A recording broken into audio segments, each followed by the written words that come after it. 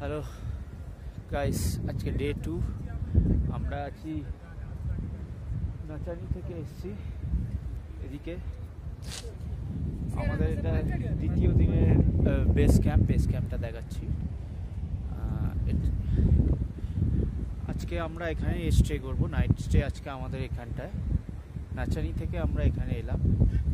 এটা इस पास का नाम क्या है सर जी?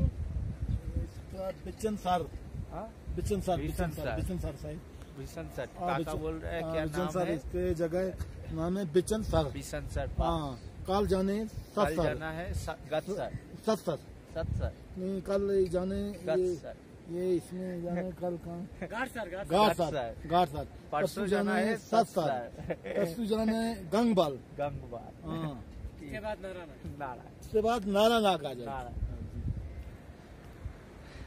কাশ্মীর, এটা আমরা সবাই জানি। কাশ্মীর মানে বিউটিফুল, ইন্ডিয়ার সব থেকে মোস্ট বিউটিফুল প্লেস কাশ্মীর।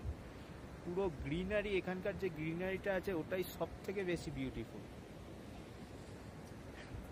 ওই পাশে ইন্ডিয়ান হাইকস আরও বিভিন্ন রকম টিমের ক্যাম্প সাইট রয়েছে নিচের দিকে। আর এইদিকে রয়েছে দুখানা লেক রয়েছে। আমরা লেকে যাব সকালবেলার দিকে। মানে সুরদারা দাঁড়িয়ে চা খাচ্ছে, এইখানটায় চাটা খুব দারুণ।